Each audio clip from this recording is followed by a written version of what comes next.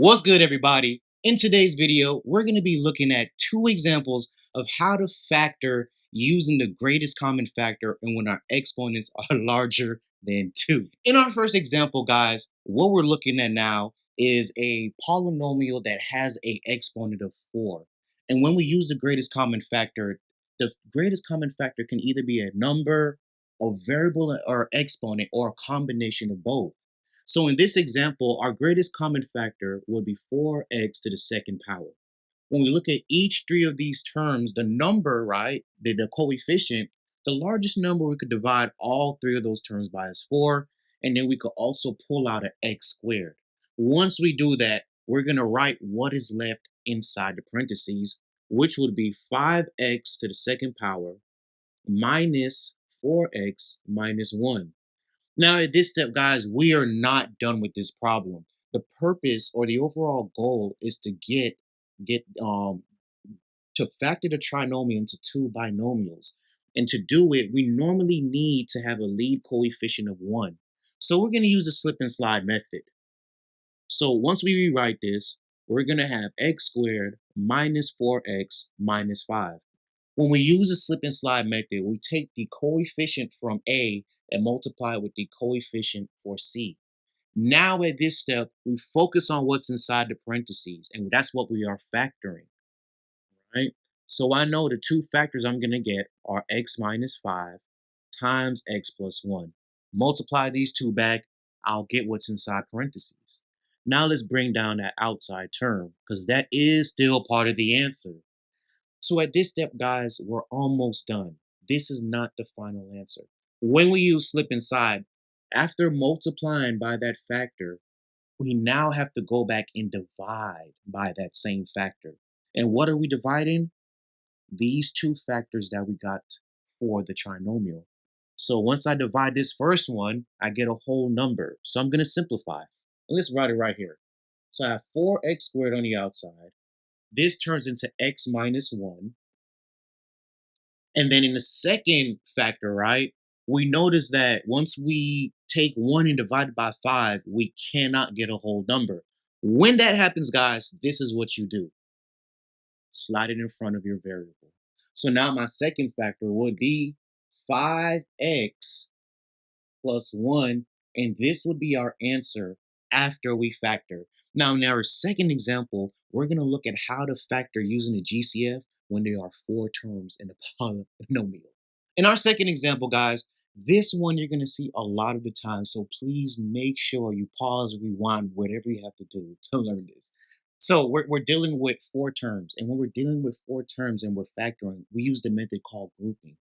So what we do is we section off the first 2 terms, right? And then we section off the second 2. But when we section off the second 2, we always, if there is a negative sign, we do not include it, okay? So that's the first thing. We section it off. Now, what is the next thing we need to do? And that is we need to start factoring each of these parentheses or each of those binomials separately, okay? So in this first one, my greatest common factor is y to the 4th power. When I pull out y to the 4th power, I'm left with y minus 9. And then when we go to the second parentheses, we cannot simplify this any further. But there's one major important trick that you guys have to make sure you don't make, and that is this. Keep that negative sign out in front, right?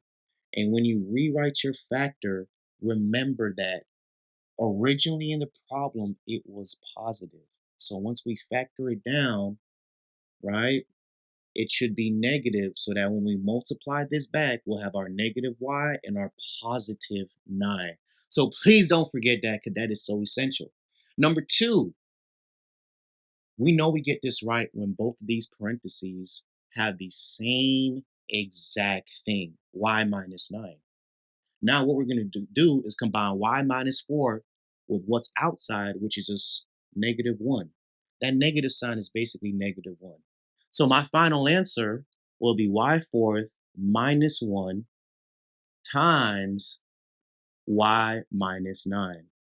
Now for those of you, when we do grouping, you always have to make sure you check your factors because we could break this down even further.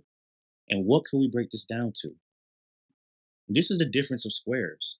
So we have y to the second power plus 1 times y to the second power minus 1. That'll give us this answer here. And remember, after breaking this down, we still have to include this in our answer, y minus 9. And when we use this method, guys, you always have to double check, right? Because even at this step here, we're still not done. Y squared plus 1, that's prime. We cannot simplify that anymore.